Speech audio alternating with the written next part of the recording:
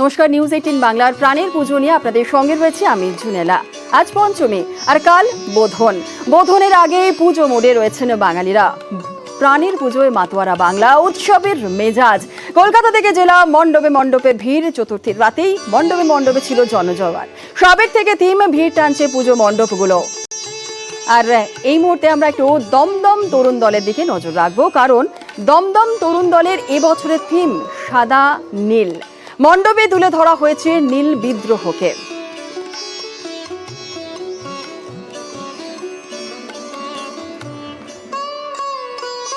সরাসরি চলে যাব তরুণ দলে, আমাদের প্রতিনিধি অনুপ চক্রবর্তী রয়েছে। সরাসরি চলে যাব অনুপের কাছে। অনুপ, প্রথমেই পঞ্চমীর অনেক শুভেচ্ছা তোমাকে। এবং দমদম তরুণ দলে এই মুহূর্তে রয়েছে। দমদম তরুণ দলের এবছরের থিম সাদা এবং নীল, এবং বলা বাহুল্য যে দমদম তরুণ দল আমাদের নিউজ 18 বাংলার প্রাণের পুজোর সেরা 20টি পুজোর মধ্যে এই পুজো উঠে এসেছে।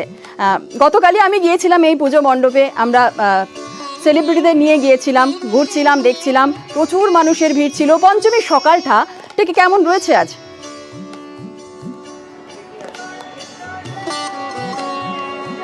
তোমাকেও পঞ্চমীর প্রথমেই শুভেচ্ছা জানাবো। তার আগে একেবারে সাদা নীল যে থিম, সেই সাদা নীল থিমের কথা হচ্ছে, একদিকে সাদা বলতে মুসলিমকে তোলা হয়েছে, অন্যদিকে নীল বলতে নীল বিদ্রোহের কথা কিন্তু গোটা মণ্ডপ জুড়ে তোলা হচ্ছে। যেমন তুমি ঘুরে গিয়েছে যে কথা বললে, সেরকম কিন্তু লক্ষ্য করতে পারবে সেই ছবিটা একেবারে। আর বাঙালির যেহেতু উৎসব একেবারে চতুর্থীর আগে থেকেই শুরু হয়ে গেছে, আজকে পঞ্চমী বলার অপেক্ষা রাখে না। সেই কারণে সকাল থেকে কিন্তু বহু মানুষ তারা কিন্তু ইতিমধ্যেই মণ্ডপ দেখতে ভিড় জমিয়েছে। এবং গোটা যে মণ্ডপের মধ্যে এইভাবে গড়ে তোলা হয়েছে যে নীল বিদ্রোহের কথা বলা হয়েছে, সেখানে সেইভাবে নীল বিদ্রোহের কথা কিন্তু একেবারে লক্ষ্য করা যাবে। যেভাবে সেইভাবেই কিন্তু একেবারে গোটা মণ্ডপ গড়ে তোলা হয়েছে এবং বহু মানুষ কিন্তু এসছে। কথা বলবো দু একজনের সঙ্গে।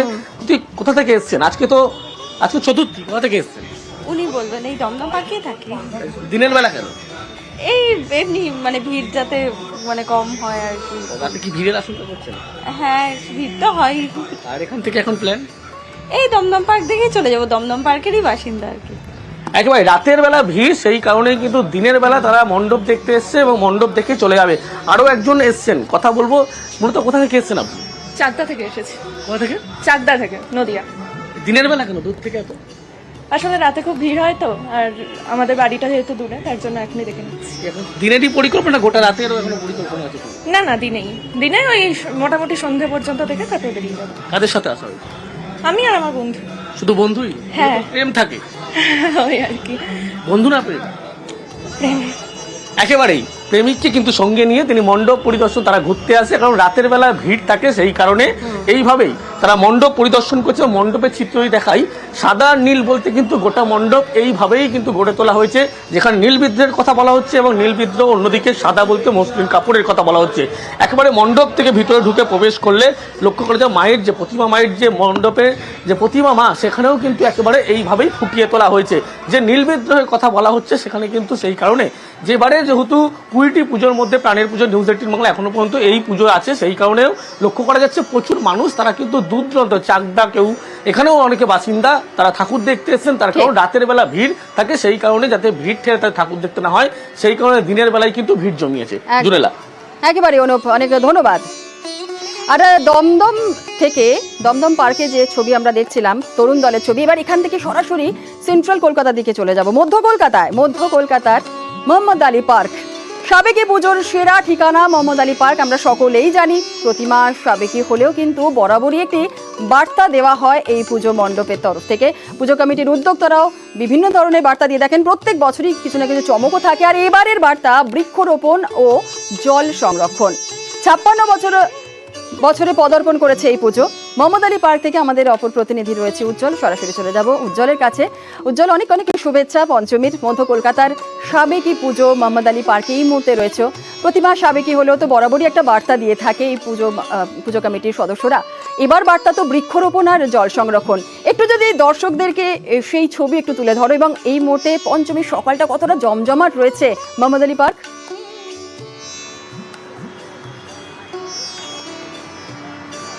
প্রথমেই তোমাকে শারদীয়ার অভিনন্দন জানাই। আমি দেখাই যে মোহাম্মদ আলী পার্কের সব থেকে যেটা মানুষ দেখতে আসেন, এখানকার প্রতিমা। মোহাম্মদ আলী পার্কের প্রতিমাতে প্রতি বছরই একটা করে বার্তা দেওয়া হয়ে থাকে। সেই বার্তা এবারেও দেওয়া হয়েছে। সেই বার্তা কি? প্রথমে দেখে জল সংরক্ষণ, এখানে জল সংরক্ষণের বার্তা দেওয়া হয়েছে এবং এখান থেকেই মানুষকে বোঝানো হচ্ছে যে জল কীভাবে তারা সংরক্ষণ করবেন।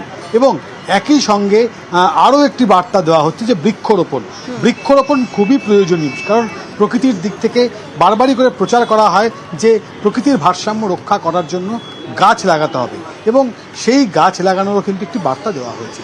মোহাম্মদ আলী পার্কে প্রতিমা, আমরা জানি যে মানুষ এখানে প্রতিমা দেখতে আসেন এবং একই সঙ্গে এখানকার যে ঐতিহ্য, কারণ এখানে অনেক পুরনো পুজো, মধ্য কলকাতার অন্যতম সেরা পুজোগুলোর মধ্যে একটা মোহাম্মদ আলী পার্ক এবং সেই মোহাম্মদ আলী পার্কে আমরা দেখতে পাচ্ছি ইতিমধ্যেই প্রচুর মানুষ আসছেন ঠাকুর দেখতে। তার কারণ যেহেতু সন্ধ্যেবেলার দিকে ভিড় হয়, সেই ভিড় এড়াতে অনেকে আসছেন ঠাকুর দেখতে। আমরা দেখতে পাচ্ছি যে প্রত্যেকেই একটু খালিতে যাতে ঠাকুর দেখা যায়, সেই ঠাকুর দেখার জন্য মানুষ আসছেন। আমরা দর্শকদের সঙ্গে রোজ কথা বলার চেষ্টা করব যে মোহাম্মদ আলী পার্কে ঠাকুর দেখতেছেন, প্রথমত কীরকম দেখছেন? মধ্য কলকাতার সাবেকি ঠাকুর কীরকম লাগছে? খুব ভালো লাগছে, কারণ এখানকার থিমটা, ঠাকুরের মূর্তি এত সুন্দর বানিয়েছে, তো অবশ্যই খুব ভালো লাগছে। তো আমি চাইবো সবাই আসুক, দেখুক, এত সুন্দর। সকালবেলা ঠাকুর থেকে ভিড় কম বলে, কারণ সন্ধ্যেবেলা তো অনেক ভিড় হয়। হ্যাঁ, সন্ধ্যেবেলায় প্রচুর ভিড় হয়, কিন্তু সকালে এখন সবাই ভাবে কি সকালে ভিড় কম হবে, কিন্তু সকালেও ভিড় হচ্ছে, এটাই দেখা যাচ্ছে। তো অর্থাৎ সকলেই ভাবছে যে সকালের দিকে একটু খালিতে তার ঠাকুর দেখবেন, কিন্তু সবাই একই চিন্তা করছে, ফলত সকালবেলা তো ভিড় হচ্ছে। আমরা দেখতে পাচ্ছি পঞ্চমীর সকালবেলায় ভিড় শুরু হয়ে গিয়েছে মণ্ডপে। আর অবশ্যই মোহাম্মদ আলী পার্ক মধ্য কলকাতার অন্যতম জনপ্রিয় পুজো, এখানে তো ভিড় বেড়েই চলেছে।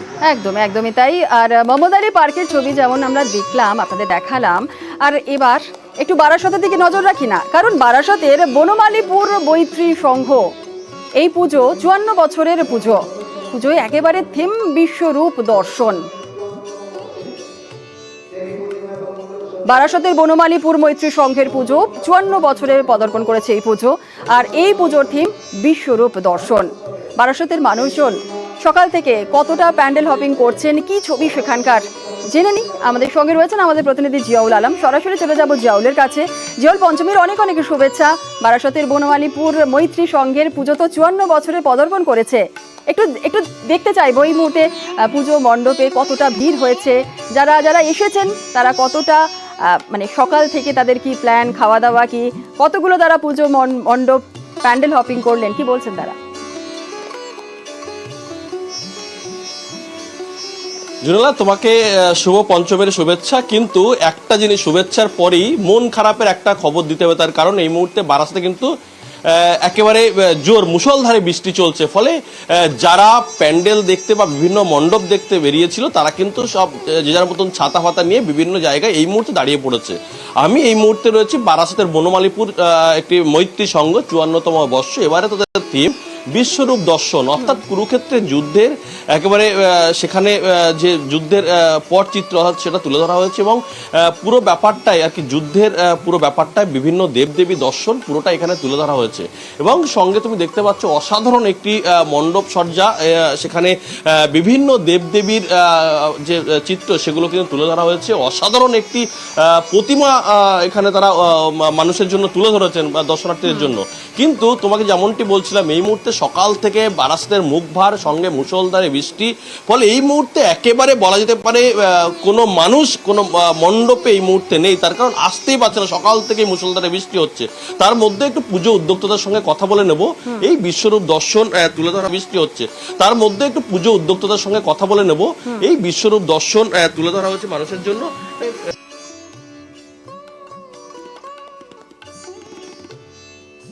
এসে দেখে অপর পক্ষে তার প্রিয়জন আত্মীয়রা রয়েছে, তখন সে অস্ত্র নামিয়ে রাখে।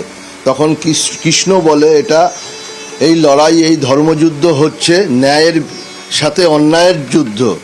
অন্যায়ের বিরুদ্ধে ন্যায়ের লড়াই চলবে, তাতে সেই অন্যায়ের দিকে যদি প্রিয়জন থাকে তবুও সেই অন্যায়ের বিরুদ্ধেই, প্রিয়জনের বিরুদ্ধেই তোমাকে প্রতিবাদ করতে হবে, লড়াই করতে হবে। এই প্রতিবাদটাই অন্যায়ের বিরুদ্ধে ন্যায়ের লড়াইটাকেই তুলে ধরতে আমরা এই বিশ্বরূপ দর্শনটা করেছি।